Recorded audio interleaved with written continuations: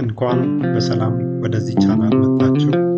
ለቻናሉ አዲስ የሆናችሁ ቻናሉን ሰብስክራይብ አድርጉ፣ ቪዲዮዎችንም ላይክ አድርጉ። ቪዲዮቹም ለሌሎች እንዲደርስ ሼር አድርጉላቸው። ቴንኪው።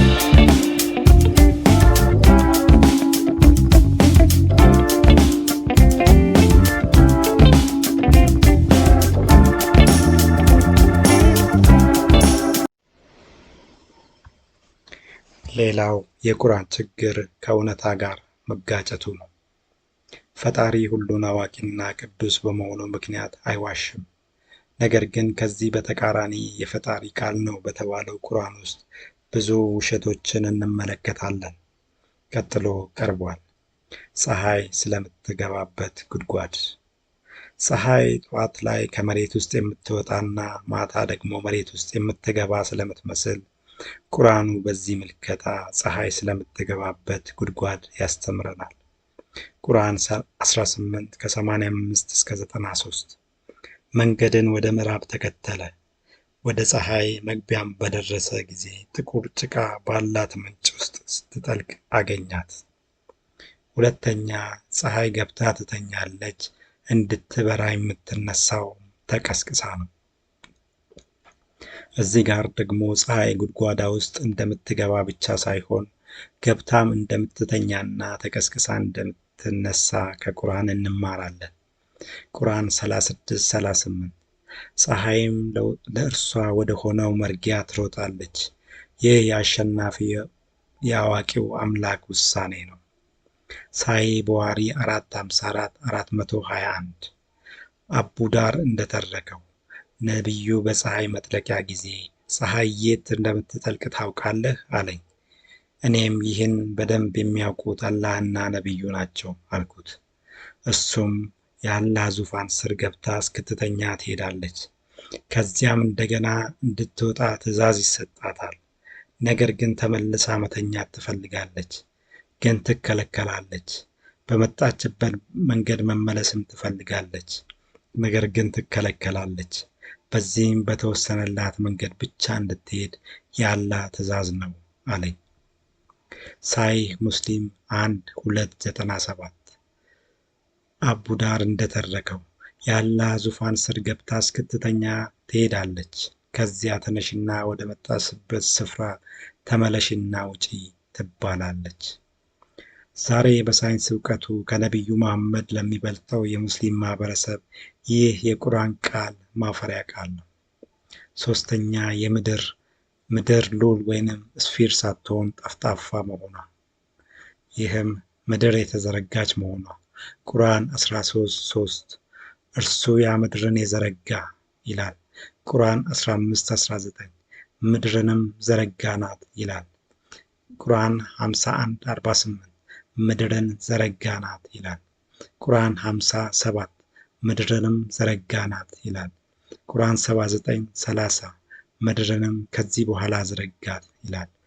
ቁርአን 88:20 ወደ ምድርም እንዴት እንደተዘረጋች አይመለከቱምን ይላል። ሌላው ምድር የተነጠፈች ምንጣፍ መሆኗ። ቁርአን 2:22 እርሱ ያለ እናንተ ምድርን ምንጣፍ ሰማይንም ጣራ ያደረገ ነው። ቁርአን 71:19 አላህም ምድርን ለእናንተ ምንጣፍ አደረጋት። ቁርአን 78:6 ምድርንም ምንጣፍ አላደረግንምን? ቁርአን 20:53 እርሱ ያ ምድርን ለእናንተ ምንጣፍ ያደረገላችሁ ይላል። ሌላው ተራሮች ስለሚከለክሉን እንጂ አጠቃላይ ምድር ግልጽ ሆኖ የምትታይ መሆኑ። ቁርአን 18:17 ተራራዎችን በምናስኬድበት ቀን አስታውስ፣ ምድር ግልጽ ሆና ትታያለች። ቁርአን 20:105-107 ከጋራዎችም ይጠይቁሃል በላቸው፣ ጌታዬ መበተንን ይበትናቸዋል፣ ምድርንም ትክክል ሜዳ ሆና ይተዋታል። ቁርአኑ በዚህ መልክ የምድርን ጠፍጣፋነት እርግጠኛ ሆኖ በተለያየ ቃላት ደጋግሞ ይንገረን እንጂ እነዚህ ቃላት ግን ለዚህ ትውልድ አስቂኝ ናቸው። ቁርአን 51:48 ላይ ምድርን ዘረጋናት፣ ምን ያማርን ዘርጊዎች ነን የሚለው የአላህ መመጻደቂያ ዛሬ መሬት ሉል ወይንም ስፊር መሆኗን ለተገነዘበው የሙስሊሙ ማህበረሰብ ማፈሪያ ቃል ነው። የሚገርመው ደግሞ በዚህ በተሳሳተ የምድር የጠፍጣፋነት አስተምሮ ሌሎች እውነታዎችም ተዛብተዋል ቀጥለው ቀርቧል። አራተኛ ምድር ጠፍጣፋ በመሆኗ ወርድና ስፋት ያላት መሆኑ። ቁርአን 57:21 ከጌታችሁ ወደ ሆነች ምሕረት ወርዷ እንደ ሰማይና ምድር ወርድ ወደ ሆነች ገነት ተሽቀዳደሙ ይላል። ይህ እውነት ቢሆን ኖሮ ሰዎች የምድርን ጠርዝ ለማየት በተሽቀዳደሙ ነበረ። መንግስታትም ሰዎችና እንስሳቱም ከጠርዟ እንዳይወድቁ በመሬት ጠርዝ ዙሪያ ትልቅ አጥር በሰሩ ነበረ። አምስተኛ ምድር ጠፍጣፋ በመሆኗ ምዕራብና ምስራቅ የሚባሉ ቋሚ ስፍራዎች ያሏት መሆኑ። ቁርአን 55:17 የሁለቱ ምስራቆች ጌታ የሁለቱ ምዕራቦች ጌታ ነው ይላል። መሬት ጠፍጣፋ ከሆነች ይህ አባባል ትክክል ነው። ነገር ግን መሬት ሉል በመሆኗ ምዕራብ ወይ ምስራቅ የሚባል ቋሚ ስፍራን ማግኘት አንችልም። እንፈልግ ብንል እንኳን መሬት ክብ በመሆኗ ስንዞር እንቀራለን እንጂ ይህንን ስፍራ ፈጽሞ አናገኘው። ስድስተኛ መሬት እንዳትነቃነቅ በተራሮች መቸከሏ። መሬት ጠፍጣፋ በመሆኗ እንዳታረገርግ አላህ በተራሮች ችካል እንዳዋቀራት ቁርአኑ ይነግረናል። ቁርአን 78:6-7 ምድርን ጠፍጣፋ አላደረግንምን? ጋራዎችን ችካሎች አላደረገንምን? ቁርአን 16:15 በምድር ውስጥ በእናንተ እንዳታረገርግ ተራሮችን ጣለባት። ቁርአን 21:31 በምድርም ውስጥ በእነርሱ እንዳታረገርግ ጋራዎችን አደረግን።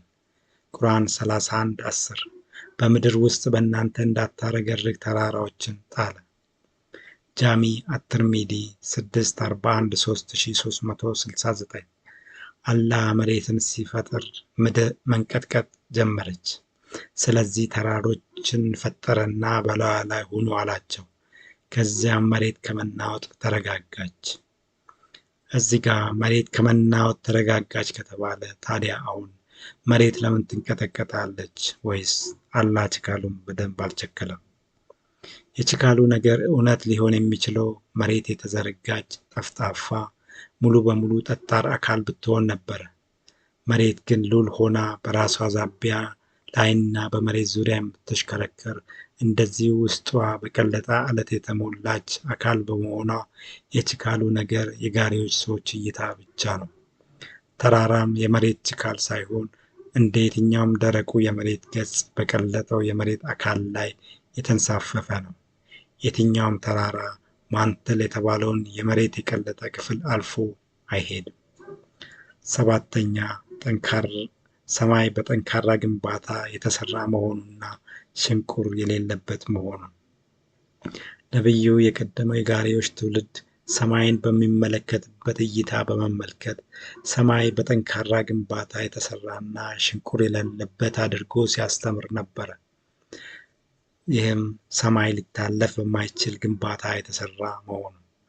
ቁርአን 56 ላይ ወደ ሰማይ ከበላያቸው ስትሆን ለእርሷ ምንም ቀዳዳዎች የሌሏት ሆና እንዴት እንደገነባናት በከዋክብት እንዳጌጥናት አልተመለከቱምን?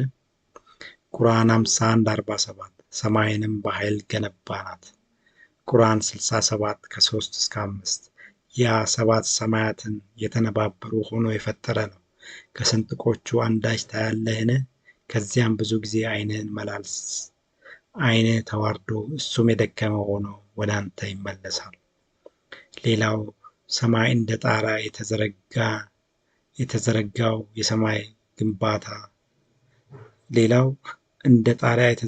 የሰማይ ግንባታ ሊጠቀለል፣ ሊሰበር፣ ሊቀደድ፣ ሊሰባበርና ሊወድቅ የሚችል ቁስ መሆኑ።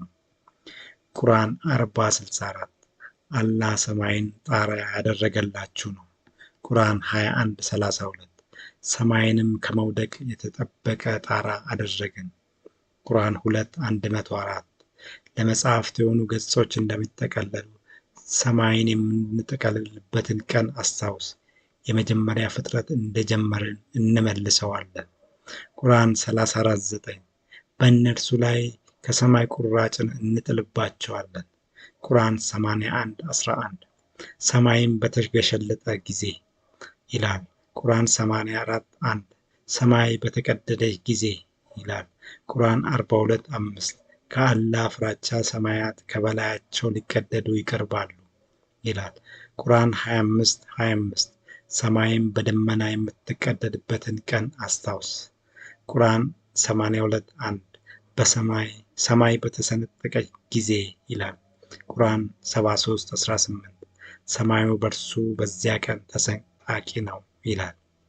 ሌላው የተገነባው የሰማይ ጣሪያ ከጨረቃ በታች መሆኑ። ቁርአን 71 ከ15 እስከ 16 አላህ 7 ሰማያትን አንዱን ከአንዱ በላይ ሲሆን እንዴት እንደፈጠረ አታዩምን? በውስጣቸው ጨረቃን አብሪ አደረገ ይላል። ቁርአን 37:6 እኛ ቅርቢቱን ሰማይ በከዋክብት ጌጥ አጌጥናት ይላል። ቁርአን 67:5 ቅርቢቱን ሰማይም በእርግጥ በመብራቶች በከዋክብት አጌጥናት ይላል። ለመጀመሪያ ጊዜ ወደ ጨረቃ የተጓዙ ሳይንቲስቶች ቁርአንን አንብበው ቢሆን ኖሮ ጉድ ሆነን ነበረ።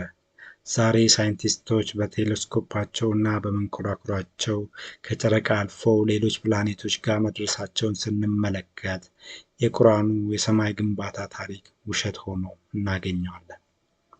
8ኛ የተቀያየረው እውነታ ጨረቃ አብሪ፣ ፀሐይ አንጸባራቂ። ፀሐይ ቋሚ የብርሃን ምንጭ ናት። ጨረቃ ደግሞ ከፀሐይ ብርሃን ተቀብላ ታንጸባርቃለች። ነገር ግን ቁርአኑ የሁለቱን አሰራር ቀያይሯል። ቁርአን 25:61 ያ በሰማይ ብርጆችን ያደረገና በእርሷም አንጸባራቂ ፀሐይ አብሪ ጨረቃንም ያደረገ ጌታ ክብሩ በጣም ላቀ። ቁርአን 10:5 እርሱ ያ ፀሐይን አንጸባራቂ ጨረቃንም አብሪ ያደረገው ነው። እውነታው ግን ፀሐይ አብሪ፣ ጨረቃ ደግሞ አንጸባራቂ ናት። 9ኛ የፀሐይ ግርዶሽ የሚከሰተው አማኞችን ለማስፈራራት መሆኑ።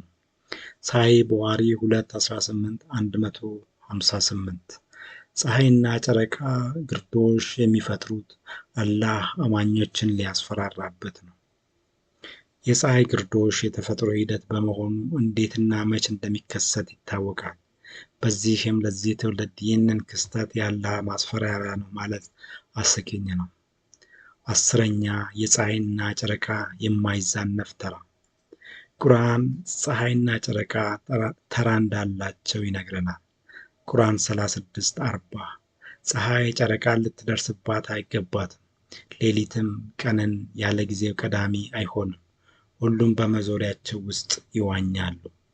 ቁርአን 31:29 አላህ ሌሊትን በቀን ውስጥ የሚያስገባ ቀንንም በሌሊት ውስጥ የሚያስገባ ፀሐይንና ጨረቃንም የገራ መሆኑን አታይምን?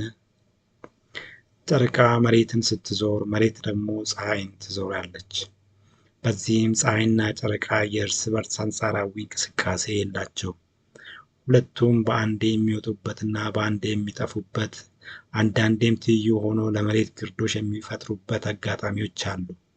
በዚህም በመካከላቸው ምንም አንጻራዊ የእንቅስቃሴ ሕግ የለም። ስለዚህ የቁርአኑ የፀሐይና የጨረቃን የማይዛነፍ ተራ አስተምሮ ስህተት መሆኑን እንመለከታለን። 11ኛ መብረቅ ከሃዲዎችን ለመቅጣት ነው የሚወርደው። ቁርአን 13:13 ነጎድጓድ እነርሱም ከሃዲዎች በአላህ የሚከራከሩ ሲሆኑ በእርሷ የሚሻውን ይመታል፣ እርሱም ኃይለ ብርቱ ነው። የዚህ ተመሳሳይ ሐሳብም ጃሚ አትርሚዲ 5443117 ላይ ቀርቧል። ከሃዲዎች ግን በክረምት እንጂ በበጋ የሉም እንዴ የሚለውን ጥያቄ ያስነሳል። ይህ ሐሳብ 12ኛ ተወርዋሪ ኮከቦች ሰይጣኖች ላይ የሚወረወሩ ቦምቦች ወይንም ሚሳኤሎች መሆናቸው። ቁርአን 72:8-10 ጂኒዎች እኛ ሰማያትን ለመድረስ ፈለግን፣ ብርቱ ጠባቂዎችን ችቦዎችንም ተሞልታ አገኘናት። ወደ እርሷ ወሬን ለማዳመጥ በመቀመጫዎች እንቀመጥ ነበረ። አሁን ግን የሚያዳምጥ ሰው ለእርሱ ተጠባባቂ ችቦን ያገኛል። ቁርአን 37 ከ6 እስከ 10 እኛ ቅርቢቱን ሰማይ በከዋክብት ጌጣጌጥ ናት። አመፀኛም ከሆነ ሰይጣን ሁሉ መጠበቅን ጠበቅናት። ወደ ላይኛው ሰማይ አያዳምጡም። ከየወገኑ ሁሉ ችቦ ይጣልባቸዋል። የሚባረሩ ሲሆኑ ይጣልባቸዋል። ለእነርሱም ዘውታሪ ቅጣት አለባቸው። ንጥቂያ የነጠቀ ወዲያውም አብሪ ኮከብ የተከተለው ሲቀር። የሰማይ ግንባታ ልቦለድ ባይፈርስ ኖሮ ይህንን አባባል እውነት አድርገን እንቀበል ነበር።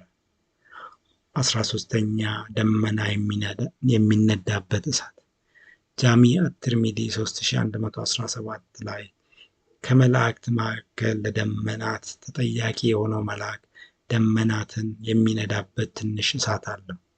የነጎድጓድ ድምፁም የሚወጣው መልአኩ ደመናውን ለመንዳት በሚመታው ጊዜ ነው።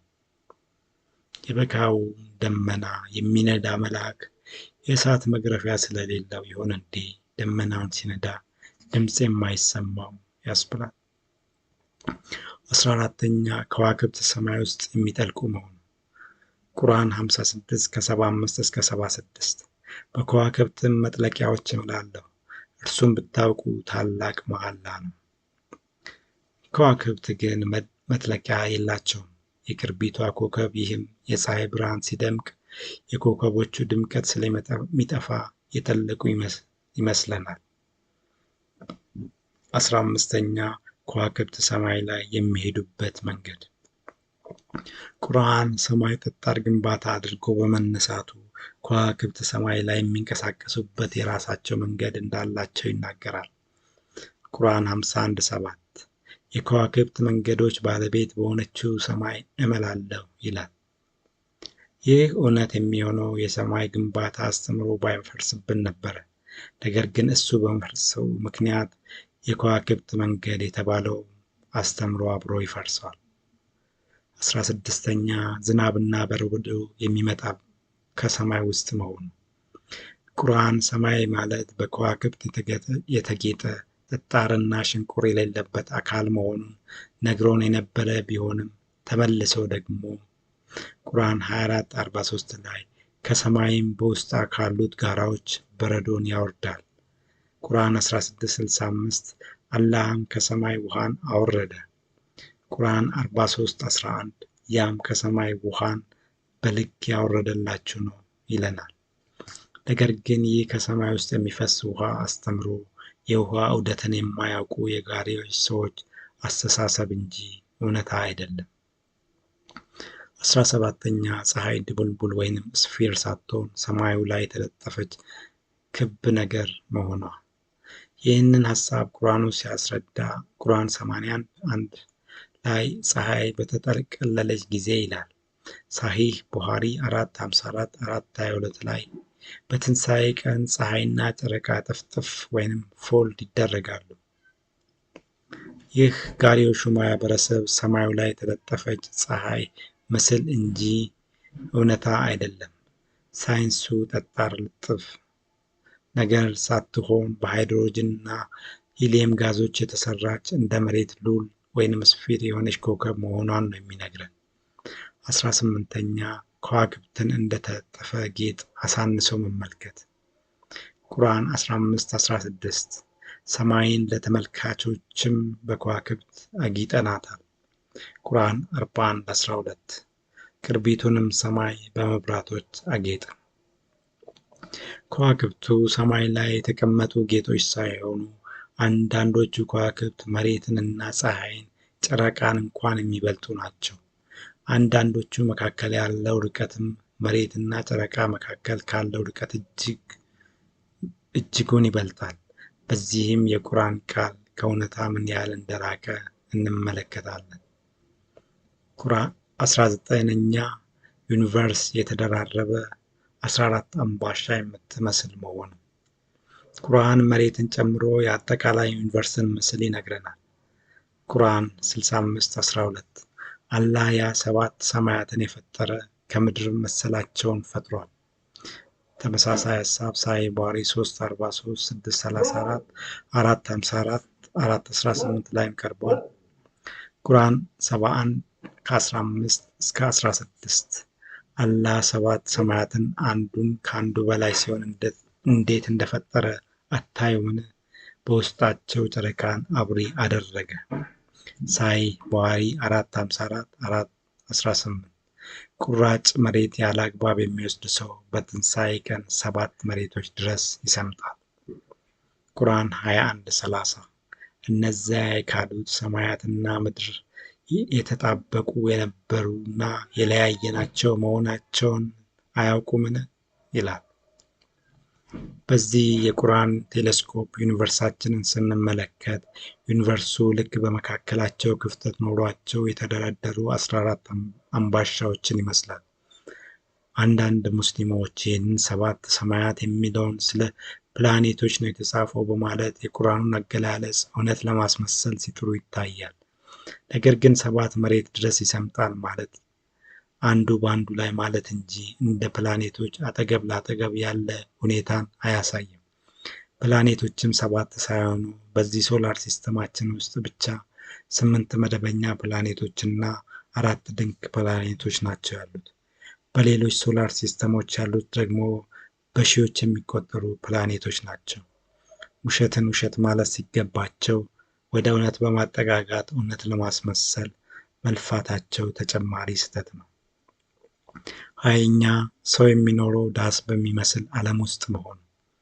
እንደ ቁርአኑ እይታ በመጀመሪያ ሰማይና ምድር ተጣብቀው እንደነበረ እና ከዚያም አላህ እንደለያያቸው፣ አሁን ሰው እየኖረ ያለውም ከላይ እንደ ኮርኒስ በተዘረጋ ሰማይ ስር፣ ተራሮች እንደ ቋሚ ኮለን ጣል ጣል በተደረገባትና እንደ ምንጣፍ በተዘረጋች ምድር፣ በአጠቃላይ ዳስ በምትመስል መኖሪያ ስር ነው። ይህም ተጣብቀው የተፈጠሩትና ለሁለት የተሰነጠቁት ሰማይና ምድር። ቁርአን 21 ከ30 እስከ 32 እነዚያም የካዱት ሰማያትና ምድር የተጣበቁ የነበሩና የለያየናቸው መሆናቸውን አያውቁምን? በምድር ውስጥ በእነርሱ እንዳታረገርግ አራዮችን አደረግን፣ ሰማይንም ከመውደቅ የተጠበቀ ጣራ አደረግን። ቁርአን 21 104 ለመጻሕፍት የሆኑት ገጾች እንደሚጠቀለሉ ሰማይን የምንጠቀልልበትን ቀን አስታውስ። የመጀመሪያ ፍጥረት እንደጀመርን እንመልሰዋለን። ሌላው የሰማይ ጣሪያነት። ቁርአን 40:64 አላህ ሰማይን ጣሪያ ያደረገላችሁ ነው። ቁርአን 21:32 ሰማይንም ከመውደቅ የተጠበቀ ጣራ አደረግን። ሌላው የምድር ምንጣፍነት። ቁርአን 71:19 አላህም ምድርን ለእናንተ ምንጣፍ አደረጋት። ቁርአን 78:6 ምድርን ምንጣፍ አላደረግንምን? ቁርአን 20:53 እርሱ ያ ምድርን ለእናንተ ምንጣፍ ያደረገላችሁ ይላል። ሌላው ተራሮች እንደ ቋሚ እንጨት በምድር ላይ መቸከላቸው። ቁርአን 78 ከ6 እስከ 7 ምድርን ጠፍጣፋ አላደረግንምን? ጋራዎችን ችካሎች አላደረግንምን? ቁርአን 16:15 በምድር ውስጥ በእናንተ እንዳታረገርግ ተራራዎችን ጣልንባት። ቁርአን 31:10 በምድርም ውስጥ በእናንተ እንዳታረገርግ ተራራዎችን ጣለ። ቁርአን 88 ከ17 እስከ 19 ከሃዲዎች አይመለከቱምን? ወደ ተራራዎች እንዴት እንደተቸከሉ። ሌላው የዳሱ ምስል። ቁርአን 2:22 እርሱ ያለ እናንተ ምድርን ምንጣፍ ሰማይን ጣሪያ ያደረገው ይላል። ቁርአን 55:33 የጋኔንና የሰዎች ጭፍሮች ሆይ ከሰማያትና ከምድር ቀበሌዎች መውጣት ብትችሉ ውጡ፣ በስልጣን እንጂ አትወጡም፣ ግን ስልጣን የላችሁም። ቁርአን 32:4 አላህ ሰማያትንና ምድርን በመካከላቸው ያለውን በ6 ቀኖች ውስጥ የፈጠረ ከዚያም በአርሹ ላይ የተደላደለ ነው። ከእነዚህ ቃላት የዳሱን ምስል መመልከት ይቻላል። ከላይ የሰማይ ጣሪያ፣ ከስር አልፎ አልፎ ተራራ እንደ ቋሚ እንጨት ጣል ጣል የተደረገባት የተነጠፈች ምድር። ይህ ጥንታዊው የጋሪዮሽ ዘመን የነበረው ሕዝብ ሰማይና ምድርን የሚመለከትበት እይታ እንጂ እውነታ አይደለም። 21ኛ ሰይጣናቱም የሚኖሩት በዚህ ዳስ ውስጥ መሆኑ። ቁርአን 55:33 የጋኔንና የሰው ጭፍሮች ሆይ ከሰማያትና ከምድር ቀበሌዎች ውስጥ መውጣት ብትችሉ ውጡ፣ በስልጣን እንጂ አትውጡም፣ ግን ስልጣን የላችሁም። ቁርአን 72:8-10 ጂኒዎችም እኛ ሰማያትን ለመድረስ ፈለግን፣ ብርቱ ጠባቂዎች ችቦዎችንም ተሞልታ አገኘናት። ወደ እርሷም ወሬን ለማዳመጥ በመቀመጫዎቻችን እንቀመጥ ነበር። አሁን ግን የሚያዳምጥ ሰው ለእርሱ ተጠባባቂ ችቦን ያገኛል።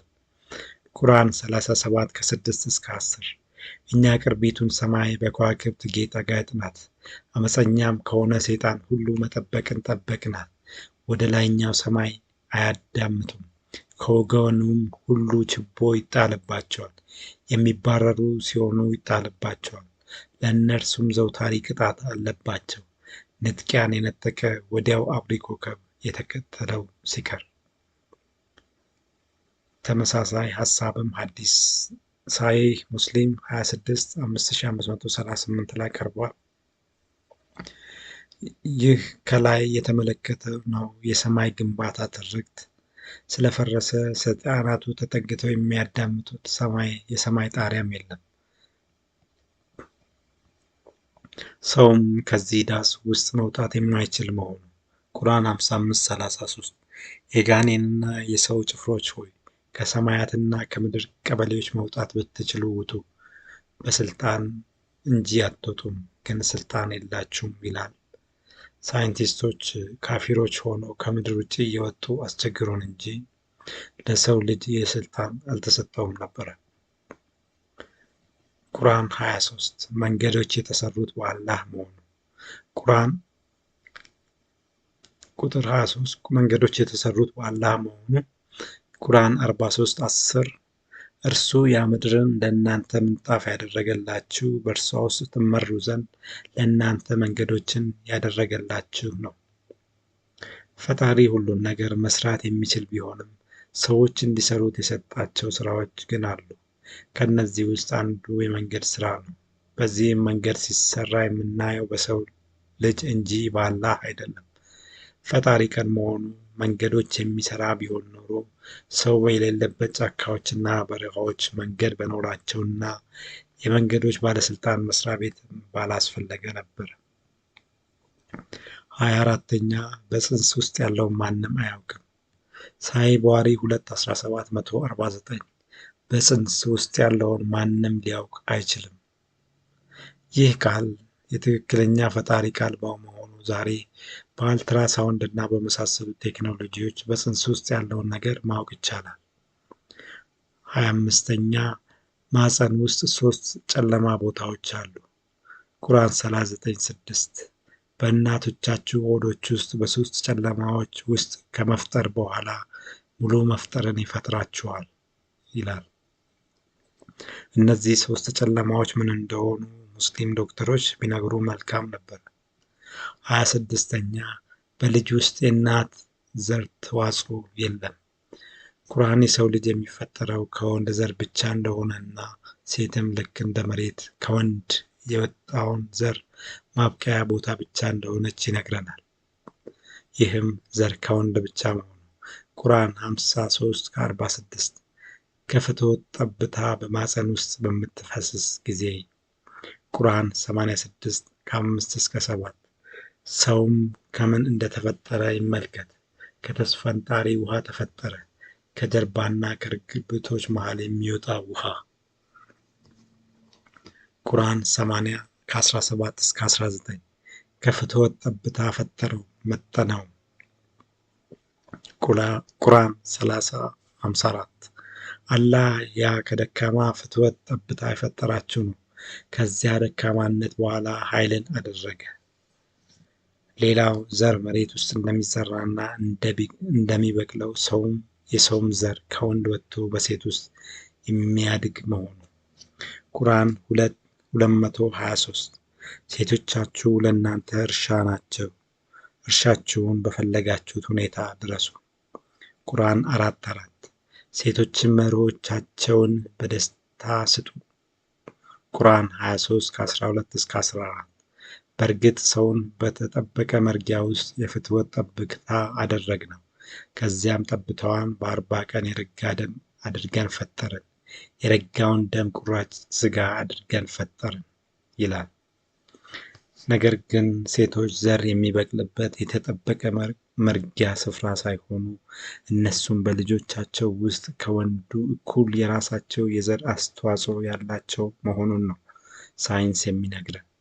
የሴቶች የዘር አስተዋጽኦ ባይኖር ኖሮ እናቱን ወይንም እናቷን የምትመስል ወይንም የሚመስል ልጅ ባልኖረ ነበር።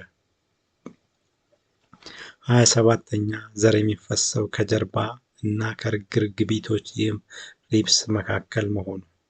ቁርአን 86:5-7 ሰውም ከምን እንደተፈጠረ ይመልከት፣ ከተስፈንጣሪ ውሃ ተፈጠረ፣ ከጀርባና ከርግብግቢቶች መካከል የሚወጣ ከሆነ ውሃ ይላል።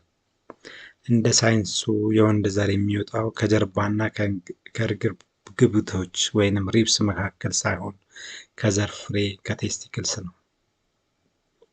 28 የሰው ልጅ በማህፀን ውስጥ የረጋ ደም ከዚያም ቁራጭ ሥጋ ነበረ። ቁርአን 23:13-14 የፍትወት ጠብታ አደረግነው፣ ከዚያም ጠብታዋን በ40 ቀን የረጋ ደም አድርገን ፈጠርን፣ የረጋውን ደም ቁራጭ ሥጋ አድርገን ፈጠርን።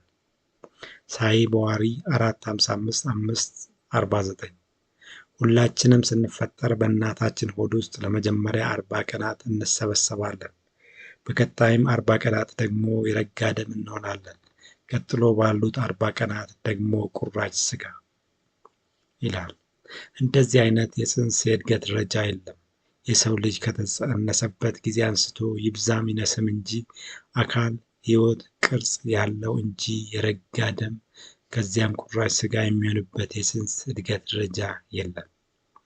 29ኛ የሰው ልጅ ሕይወት የሚፈጠርበት አጥንት ካበቀለ ከ120 ቀናት በኋላ መሆኑ። ቁርአን 23:12-14 በእርግጥ ሰውን ከነጠረ ጭቃ ፈጠርነው፣ ከዚያም በተጠበቀ መርጊያ ውስጥ የፍትወት ጠብታ አደረግነው፣ ከዚያም ጠብታዋን በ40 ቀን የረጋ ደም አድርገን ፈጠርን፣ የረጋውን ደም ቁራጭ ሥጋ አድርገን ፈጠርን፣ ቁራጯ ሥጋ አጥንቶች አድርገን ፈጠርን፣ አጥንቶቹንም ሥጋ አለበስናቸው፣ ከዚያ ነፍስን በመዝራት ሌላ ፍጥረት አድርገን አስገኘነው። ሳሂህ ቡኻሪ 4:55-549 ሰው በእናቱ ማህፀን ውስጥ ከ120 ቀናት በኋላ አላህ 4 ነገር እንዲጽፍ መልአክን ይልካል።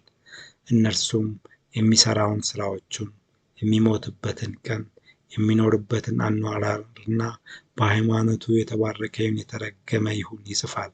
ከዚያ ነፍስን ወደ ጽንሱ ያስገባል። ነገር ግን ሕይወት የሚገኘው በመጀመሪያ ቀን እንጂ አጥንት ካወጣ በኋላ አይደለም። ጽንስ ይቅርና እያንዳንዷ የወንድ ስፐርም ሴል እንዲሁም የሴቷ እንቁላል ራሳቸው ሕይወት አላቸው። 30ኛ የሕፃን ጾታ የሚወሰነው አካሉ ከተሰራ በኋላ መሆኑ። ቁርአን 75:36-39 ሰው የሚፈስስ የሆነ የፍትወት ጠብታ አልነበረምን? ከዚያ የረጋ ደም ሆነ። አላህ ሰው አድርጎ ፈጠረው፣ አስተካከለውም፣ ከእርሱም 2 አይነቶችን ወንድና ሴትን አደረገ። ሳሂህ ሙስሊም 33,6397 እና ሳሂህ ቡኻሪ 8,77,594 አላህ ለጽንስ ጥበቃ መልአክ ይመድባል። እርሱም አምላኬ ሆይ አሁን የዘር ጠብታ ነው፣ አምላኬ ሆይ አሁን የረጋ ደም ነው፣ አምላኬ ሆይ አሁን ሥጋ ሆኗል ይላል። ከዚያም አላህ የመጨረሻ ቅርጽ ሊሰጠው ሲወስን መልአኩም ወንድ ነው ሴት ይሁን፣ ጥሩ ወይስ መጥፎ ሰው ይሁን ብሎ ይጠይቃል። ይሁን እንጂ ጾታ የሚወሰነው በእርግዝና ጊዜ የወንዱና የሴቷ ዘር በሚገናኝበት ጊዜ በሚፈጠረው የዘረመል ጥምርታ እንጂ ከቆይታ በኋላ አይደለም። 31ኛ የሕፃን መልክ የሚወሰነው በግንኙነት ወቅት ነው። ሳሂህ ቡኻሪ 455-546 በግንኙነት ወቅት አባት ቀድሞ ስሜቱን ከጨረሰ የሚወለደው እሱን ይመስላል፣ እናት ቀድማ ከጨረሰች እሷን ይመስላል።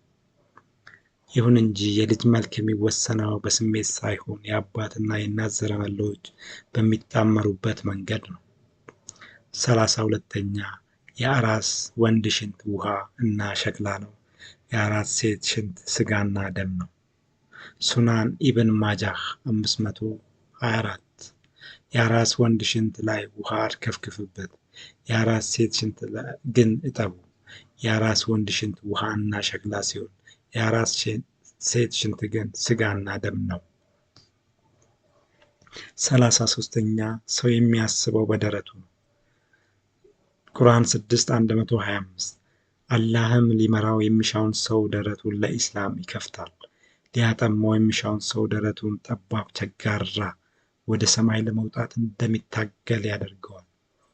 ቁርአን 3:26 በደረቶቻችሁ ውስጥ ያለውን ብትደብቁ ወይም ብትገልጹ አላህ ያውቀዋል። ቁርአን 39:22 አላህ ደረቱን ለእስልምና ያስፋለትና ይላል። ደረት ማሰቢያ አካል አይደለም። ይህንን ስህተት የወለደው ሰው የሚያስበው በልቡ ነው የሚለው ተለምዳዊ አነጋገርን በስፋት ለማብራራት በመሞከር ነው። ሰው የሚያስበው በአእምሮ እንጂ በደረቱ አይደለም። እንደዚያ ባይሆን ኖሮ ቀጫጭን ሰዎች ጉድ ሆነው ነበር። 34ኛ ሰው የሚያስበው በልቡ ነው። ቁርአን 7:179 ለእነርሱ በእርሳቸው የማያውቁባቸው ልቦች አሏቸው። ቁርአን 9:87 በልቦቻቸው ላይ ዝገት ታተመባቸው፣ ስለዚህ እነርሱ አያውቁም። ቁርአን 2:7 አላህ በልቦቻቸው ላይ በመስሚያቸውም ላይ አትሞባቸዋል። በተለምዷዊ አባባል ሰው የሚያስበው በልቡ ነው። ይህ ግን አባባል እንጂ እውነታ አይደለም። መጽሐፍ ቅዱሱ ላይም ተመሳሳይ አገላለጽ አለ። መጽሐፍ ቅዱስ ማለት መንፈሳዊ መገለጥ ለሰው በሚገባ መልኩ በሰዎች የተተረጎመ መጽሐፍ በመሆኑ እንደዚህ አይነት የሰውኛ አገላለጽ ችግሮችን ልንመለከትበት እንችላለን። ይሁን እንጂ በቀጥታ ከፈጣሪ ዘንድ እንደወረደ በሚታመነው ቁርአን ውስጥ ይህንን ችግር ብንመለከት ችግሩ ሰውኛ አገላለጽ ችግር ሳይሆን የመጽሐፉ ደራሲ ችግር ነው የሚሆነው። 35ኛ ሰው ኃጢአት ሲሰራ ልቡ ላይ ጥቁር ነጥብ ይደረጋል። አት-ትርሚዚ 3334 አቡ ሁራይራ እንደተናገሩት አንድ የአላህ ባሪያ ኃጢአት ሲሰራ ልቡ ላይ ጥቁር ነጥብ ትቀመጥበታለች። ሰውየው በንስሐ ከተመለሰ ጥቁሯ ነጥብ ትጠፋለች። ካልተመለሰና በኃጢአቱ ከገፋበት ግን ልቡን ሙሉ በሙሉ እስክትሸፍን ድረስ ትስፋፋለች። በዚህ ዘዴ አንድ ሰው ሲሞት ልቡን በመመልከት ብቻ ገነት ይግባ ሲኦል ማወቅ ይቻላል ማለት ነው። እንግዲህ 36ኛ ሙስሊም በአንድ አንጀቱ ሲመገብ ሙስሊም ያልሆነ ሰው በሰባት አንጀቱ ይመገባል። ሳሂህ ሙስሊም 23:5113 ሙስሊም ያልሆነ ሰው በሰባት አንጀት ይመገባል፣ ሙስሊሙ ግን የሚበላው በአንድ አንጀቱ ነው። ሳሂህ ቡኻሪ 7:65-305 አማኝ የሚመገበው በአንድ አንጀቱ ሲሆን እምነት የሌለው ደግሞ የሚመገበው በሰባት አንጀቱ ነው። ሳሂህ ሙስሊም 23:5120 አማኝ በአንድ አንጀቱ ሲጠጣ ያላመኑት በሰባት አንጀት ይጠጣሉ። እዚህ ጋር ሙስሊም የሕክምና ባለሙያዎች ብታስረዱን መልካም ነው። ሰው ሲሰልም ስድስቱ አንጀትም የት እንደሚገባ ጨምራችሁ አስረዱ። 37ኛ አንድ ሙስሊም 10 ያልሰለሙ ሰዎችን ያሸንፋል።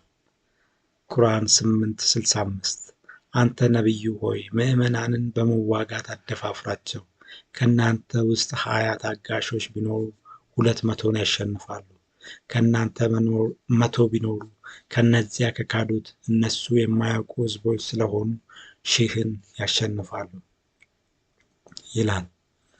ሙስሊሞች ቴኳንዶ ቤት የሚበዙት ይህ የቁርአን ስሌት አልመጣላችሁ ብሎ ይሆን እንዴ ያስብላል። 38ኛ የአማኞች መቃብር ይሰፋል፣ የትምክህተኞች በአንድ ላይ ይጨመቃል። ቁርአን ሰዎች እስከ ፍርድ ቀን በመቃብራቸው ውስጥ እንደሚቆዩ ይናገራል። ሐዲስ ስለዚህ ቆይታ ሲናገር ጃሚዓ አት-ትርሚዚ 1071 ላይ የአማኝ መቃብር በሰባ ድረስ ይለጠጣል፣ ብርሃናማም ይደረጋል። ትምክህተኛ የነበረ ሰው መቃብር ግን በአንድ ላይ ይጨመቃል፣ የጎድን አጥንቶቹ እስኪጣበቁ ድረስ ይጨፈለቃል። በየአካባቢያችን እንደምንመለከተው የትኛውም መቃብር ሲሰፋ ሲያንስ መብራት ሲገጠምለት አንመለከትም። ነቢዩም በሌላ ስፍራ ስለ መቃብር ተመሳሳይ የስህተት ትምህርት ሲሰጥ ነበር። ሳሂህ ቡኻሪ 2:23-457 አንድ ቀን ነቢዩ በፀሐይ መግቢያ ጊዜ ወደ ውጪ ሲወጡ ከመቃብር አካባቢ አስጨናቂ ድምፅ ሰሙ። ከዚያም አይሁዶች በመቃብራቸው ውስጥ እየተገረፉ ነው አሉ። ይህ ነቢዩ ለአይሁድ ሕዝብ ካለው ጥላቻ የተነሳ የሰጠው አስተያየት እንጂ ከአይሁድ ቀርቶ ከጣዖት አምላኪዎች መቃብር እንኳን ይህ ድምፅ ሲወጣ የሰማ ሰውም ሆነ ነቢይ የለም። 39ኛ ማፋሸግ ከሰይጣን ነው። በእስልምና ማፋሸግ የተከለከለ ነው። ምክንያቱም ሳሂህ ቡኻሪ 4:54-509 ማፋሸግ ከሰይጣን ነው። ሳሂህ ቡኻሪ 873-243 አላህ ማንጠስን ወደደ፣ ማፋሸግን ግን ጠላ። ማፋሸግ ከሰይጣን ነው፣ ቶሎ አቋርጡ፣ ሰይጣን ይስቅባችኋል። ሳሂህ ሙስሊም 42:7129 ማፋሸግ ከሰይጣን ስለሆነ በተቻላችሁ መጠን ላለማፋሸግ ሞክሩ። ሳሂህ ሙስሊም 42:7130 ስታፋሽጉ ሰይጣን እንዳይገባባችሁ አፋችሁን በእጃችሁ ክደኑ ይላል።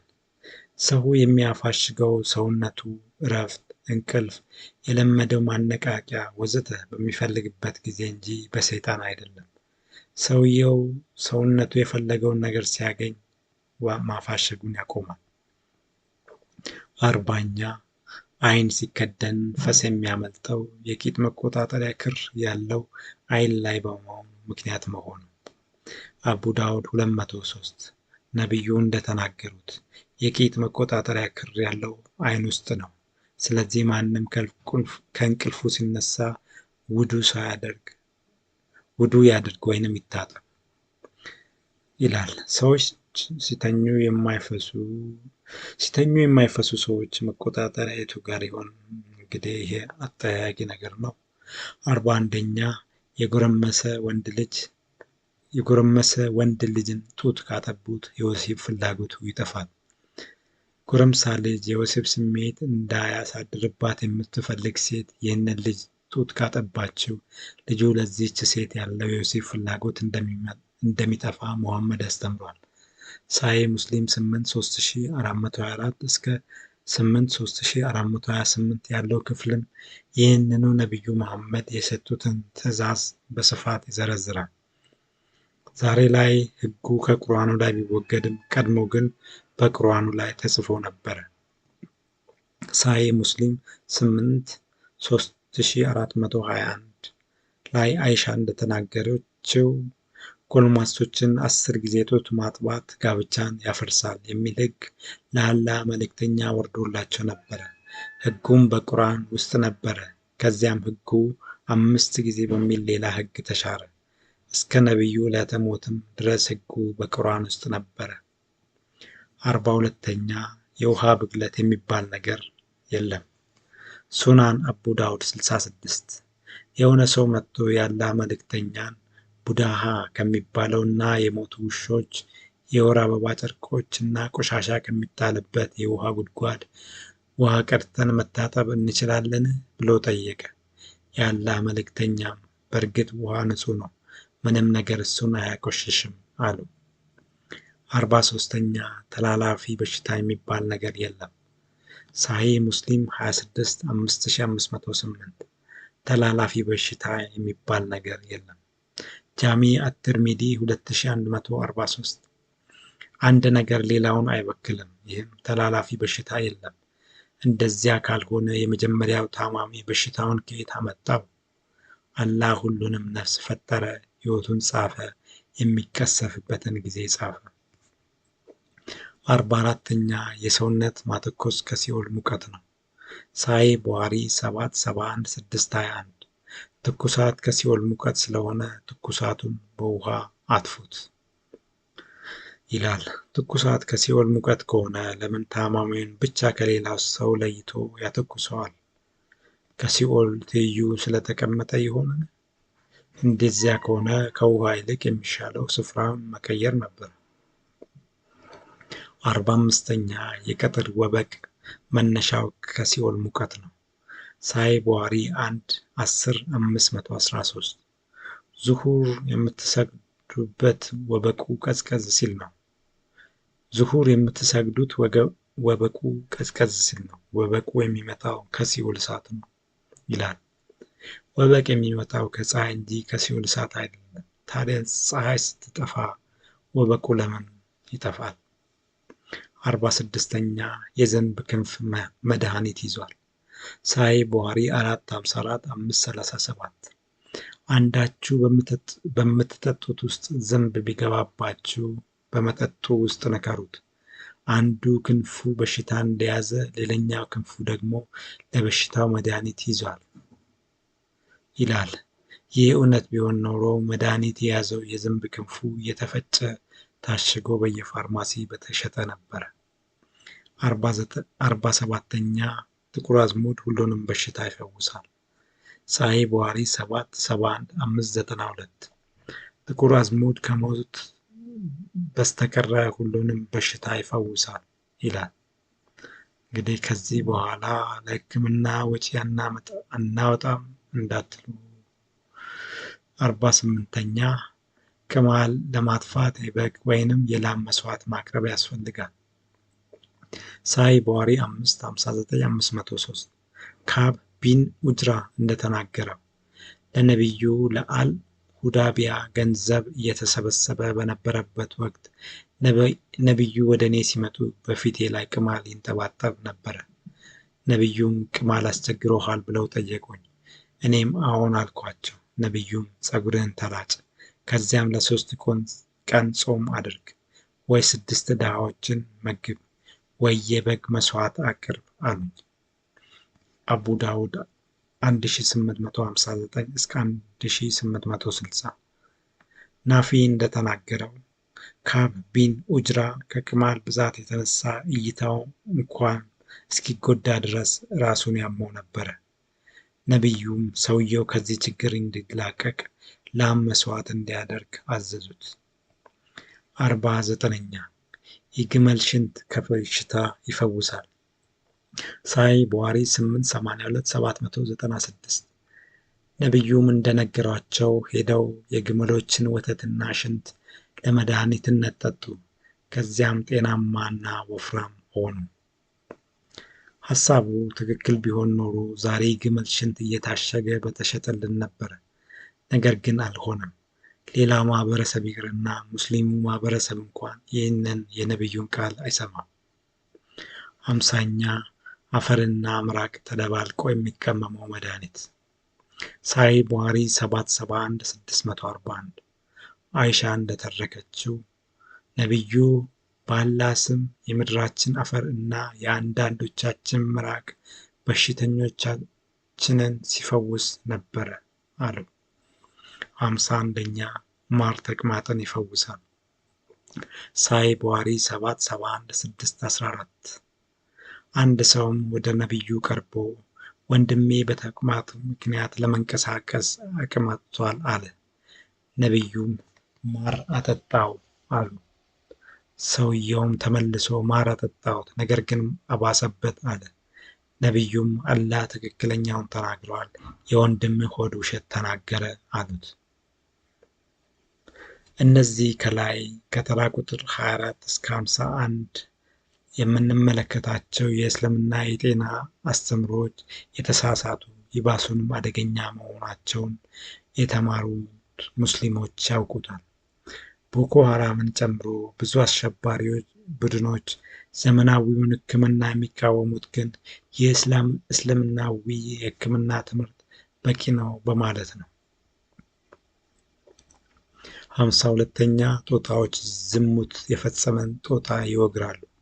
ሳሂህ ቡኻሪ 558 188 ከእስልምና ዘመን በፊት አንድ ሴት ጦጣ በማመንዘሯ ምክንያት በብዙ ጦጣዎች በድንጋይ ስትወገር ተመለከትኩኝ። እኔም ከእነርሱ ጋር ሆኜ በድንጋይ ወገርኳት። ነቢዩ ይህንን ክስተት የተመለከቱት በእስልምና ዘመን ቢሆን ኖሮ ንግግሩ መንፈሳዊ መገለጥ ሊሆን ይችላል በሚል ባላየ ይታለፍ ነበረ። ይሁን እንጂ ድርጊቱ ተፈጸመ የተባለው ነቢዩ እንደ እኛ ተራ ሰው በነበረበት በቅድመ እስልምና ዘመን በመሆኑ ይህ ወሬ ውሸት ብቻ ነው። 53ኛ ምግብ አላህን ያመሰግናል። ሳሂህ ቡኻሪ 456 779 ምግቡ እየተበላ አላህን ሲያመሰግነው ሰማነው። 54ኛ ነቢዩ ካልነኩኝ ብሎ የጮኸው ዛፍ። ሳሂህ ቡኻሪ 2:13-41 የቴምር ዛፍ ግንድ ነቢዩ እጃቸውን እስኪጭኑበት ድረስ እንደ እርጉዝ ግመል ሲጮህ ሰማን። 55 ነቢዩን ያናገረው ዛፍ። ሳሂህ ቡኻሪ 558-199 አብዱራህማን እንደተናገሩት ጅኒዎች ቁርአንን ማዳመጣቸውን ማታ ለነቢዩ ማን ነገራቸው ብዬ ማስሩቅን ጠየቅኩት። እርሱም አባትህ አብዱላህ እንደነገረኝ አንድ ዛፍ ለነቢዩ ነገራቸው አለ።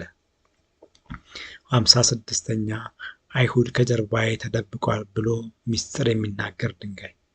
ሳሂህ ቡኻሪ 452-177 ነቢዩ እንደተናገሩት አይሁዶችን መዋጋት ካልጀመራችሁ ሰዓቲቱ አትመጣም። አይሁድ ከጀርባው የተደበቀ ድንጋይም እናንተ ሙስሊሞች ከጀርባዬ አይሁድ ተደብቋል ግደሉት ይላችኋል።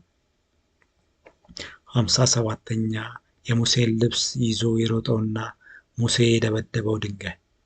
ሳሂህ ቡኻሪ 1:5-277 ነቢዩ እንደተናገሩት የባኒ እስራኤሎች ገላቸውን የሚታጠቡት ራቁታቸውን እርስ በርስ እየተያዩ ነበረ። ነቢዩ ሙሴ ግን የሚታጠበው ለብቻው ነበረ። በዚህም ሰዎቹ ሙሴ ለብቻው የሚታጠበው ሰውነቱ ላይ ችግር ስላለ ነው አሉ። አንድ ቀን ሙሴ ገላውን እንዲታጠብ ልብሱን ድንጋይ ላይ አስቀመጠ። ድንጋዩም የሙሴን ልብስ ይዞ ሮጠ። ሙሴም አንተ ድንጋይ ልብሴን አንተ ድንጋይ እያለ ሲሮጥ የባኒ ሰዎችም የሙሴን ራቁት ገላ ተመልክተው የሙሴ ገላ ላይ ምንም ችግር የለም አሉ። ሙሴም ልብሱን ከድንጋዩ ተቀብሎ ድንጋዩን መምታት ጀመረ። አቡ ሁረይራ እንደጨመሩት ደግሞ ሙሴ ድንጋዩን የመታው በኃይል ስለነበረ ዛሬ ድረስ ድንጋዩ ላይ 6 ወይ 7 ምልክቶች ይታያሉ። ነቢዩ እንደተናገሩት በሌላ ስፍራም ነቢዩ እንደተናገሩት ነቢዩ ኢዮብ ራቁቱን ገላውን እየታጠበ አላህ የወርቅ አንበጦችን አዘነበለት ብለው ነበር። 58ኛ ሰንበት የማያከብሩ ሰዎች ዝንጀሮዎች ይሆናሉ። ቁርአን 7:163-166 ከእርሱም ከተከለከሉት ነገር ሰንበትን እንዳይሰሩ በኮሩ ጊዜ ለእነርሱ ወራዶች ዝንጀሮች ሆኑም። ቁርአን 2:65 እነዚያንም ከእናንተ ውስጥ በቅዳሜ ቀን አሳን በማጥመድ ወሰን ያለፉትን ለእነርሱ ወራዶች ስትሆኑ ዝንጀሮች ሁኑ ያልናቸውን በእርግጥ አወቃችሁ። 59ኛ በስግደት መካከል ቀና የሚል አህያ ይሆናል። ሳሂህ ቡኻሪ 1:11-660 ኢማም ስግደት እየመራ አንገቱን ቀና የሚያደርግ ጭንቅላቱ ወደ አህያ እንደሚቀየር አታውቁምን? 60 በጸሎት ወቅት ወደ ሰማይ አተኩሮ የሚመለከት አይነ ስውር ይሆናል። ሱናን ኢብን ማጃህ 1043 በጸሎት ወቅት አትኩሮታችሁን ወደ ሰማይ አታንሱ፣ አይነ ስውር ትሆናላችሁ። 61ኛ እስራኤላዊ አይጥ። ሳሂህ ቡኻሪ 454-524 ነቢዩ እንደተናገሩት አንድ የእስራኤል ቡድን ጠፍቷል። ምን እንዳደረጉ ማንም አያውቅም። ከረከሱትና ወደ አይጥ ከተቀየሩት ውጪ እኔም አላየኋቸውም። አይጥ ፊት የግመል ወተት ስታስቀምጡ አይጠጣውም፣ ነገር ግን የበግ ወተት ከፊቱ ብታስቀምጡ ይጠጣዋል። 62ኛ አውራ ዶሮ የሚጮኸው መልአክ ሲመለከት ነው። ሳይ ቡኻሪ 454 522 አውራ ዶሮ ሲጮህ አላህን ምሕረት ለምኑ፣ ምክንያቱም አውራ ዶሮ የሚጮኸው መልአክ ሲመለከት ነው። 63ኛ አህያ የሚጮኸው ሰይጣን ሲመለከት ነው። ሳይ ቡኻሪ 454 522 አህያ ሲጮህ አላህን ምሕረት ለምኑ፣ ምክንያቱም አህያ የሚጮኸው ሰይጣን ሲመለከት ነው። 64ኛ ፈጣሪ ያልፈጠራቸው ወይ ደግሞ በስህተት ስለተፈጠሩ እና ስለዚህም ታድነው እንዲገደሉ በነቢዩ የታዘዙ ፍጥረታት። ውሻ ኢብን ማጃ 3202 ነቢዩ እንደተናገሩት ውሾችን እንድትገድሉ አላህ አዟቸዋል። ሳይ ሙስሊም 10 3809 ኢብን ዑመር እንደተናገሩት ውሾች እንዲገደሉ ነቢዩ ትእዛዝ ሰጥተዋል። ሌላው ሰላማንደር፣ ይህ የእንሽላሊት ዘር ነው። ሳይ ቡኻሪ 455-579 ነቢዩ ሰላማንደር እንዲገደል አዘዋል። አብርሃም ላይ እሳት ሲያነድ የነበረው ሰላማንደር ነው። ጌኮ፣ ይህም ሌላ እንሽላሊት ዘር ነው። ይህም እንሽላሊት ዘር እንዲገደል አቡ ዳውድ 5262 እና አቡ ዳውድ 5263 ላይ ታዟል። ሌላው ወገቡ ላይ መስመር ያለበትና ጅራቱ አጭር የሆነ እባብ እንዲገደል ታዟል። ሳይ ሙስሊም 26 5544 ላይ ነቢዩ እንደተናገሩት ጀርባቸው ላይ መስመር ያለባቸውና ጅራታቸው አጭር የሆኑ እባቦችን ግደሉ ተብሏል። 65ኛ ጥቁር ውሻ ሰይጣን ነው። ሳይ ሙስሊም 41032 አቡ ዳር እንደዘገቡት የአላህ መልእክተኛ ጸሎት የሚቋረጠው በፈስ በሴትና ጥቁር ውሻ ማለፍ ነው። ጥቁር ውሻ ደግሞ ከሌሎቹ አይነት ውሾች በምን ይለያል አልኩት። እሱም ጥቁር ውሻ ሰይጣን ነው አለኝ። እዚህ ጋር ከመላሹ በላይ ተንኮለኛው ጠያቂው ነው። የጥቁር ውሻ ፊት እንደሚያስፈራ እያወቀ። 66ኛ ሰይጣን የወደቀ ምግብ ይበላል። ሳይ ሙስሊም 23 5043 እና 23 5044 ላይ ከተመገባችሁ በኋላ ጣታችሁንና ሳህናችሁን ላሱ፣ ምክንያቱም በረከታችሁ የቱ ጋር እንዳለ አታውቁምና። ልትጎርሱት ያላችሁት ከእጃችሁ ቢወድቅ አንስታችሁ ቆሻሻውን ጠርጋችሁ ብሉት፣ ለሰይጣን ልትተውት አይገባምና። እስቲ የወደቀውን ምግብ እዚያው ተዉትና ሰይጣን መጥቶ ሲበላው ተመልከቱ። ከላይ ያየነው ጥቁር ውሻ ግን ግምት ውስጥ ሊገባ አይገባም። ሰይጣንን ነው መጠበቅ ያለባቸው።